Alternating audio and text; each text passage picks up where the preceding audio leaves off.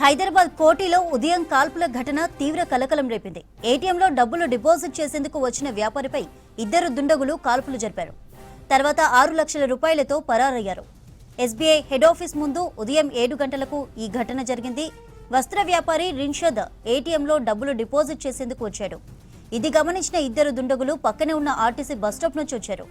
బాధితుడిపై 2 రౌండ్లు కాల్పులు జరిపారు. ఘటనలో రిన్షద్ కాలికి బుల్లెట్ గాయమైంది.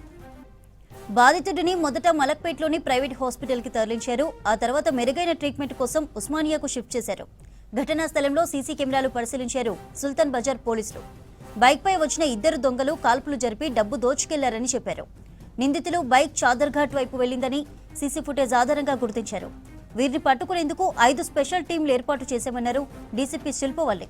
క్లూస్ టీమ్స్ ఇప్పటికే ప్రాథమిక ఆధారాలు సేకరించారు. నిత్యం రద్దీగా ఉండే ఏరియాలో కాల్పులు జరగడంతో పబ్లిక్ భయంతో వణికిపోయారు. డబ్బు చోరీ చేసి బాధితుడు రిన్షన్ యాక్టివా పైనే పరారయ్యారు నిందితుడు. కాచిగూడ రైల్వే స్టేషన్ దగ్గర వాహనాన్ని వదిలిపెట్టారు.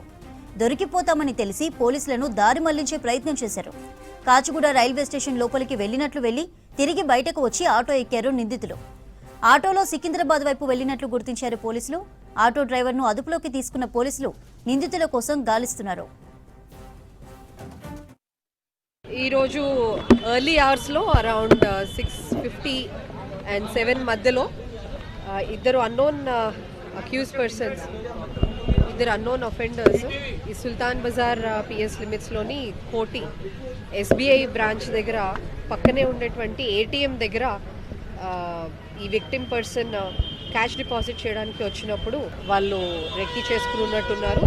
పక్కనే ఉన్నటువంటి బస్ స్టాప్ నుంచి వచ్చి అతన్ని ఒక సపోజిడ్లీ తపంచా ఒక రౌండ్ ఫైర్ చేయడం జరిగింది.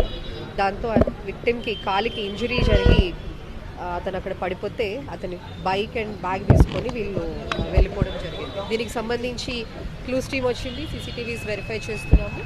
సెవెరల్ టీమ్స్ అన్నీ కూడా పెట్టి ఇన్వెస్టిగేషన్ టీమ్స్ పెట్టి టాస్క్ ఫోర్స్ అండ్ సిసిఎస్ టీమ్స్తో కలిసి కోఆర్డినేట్ చేసి వీఆర్ వర్కింగ్.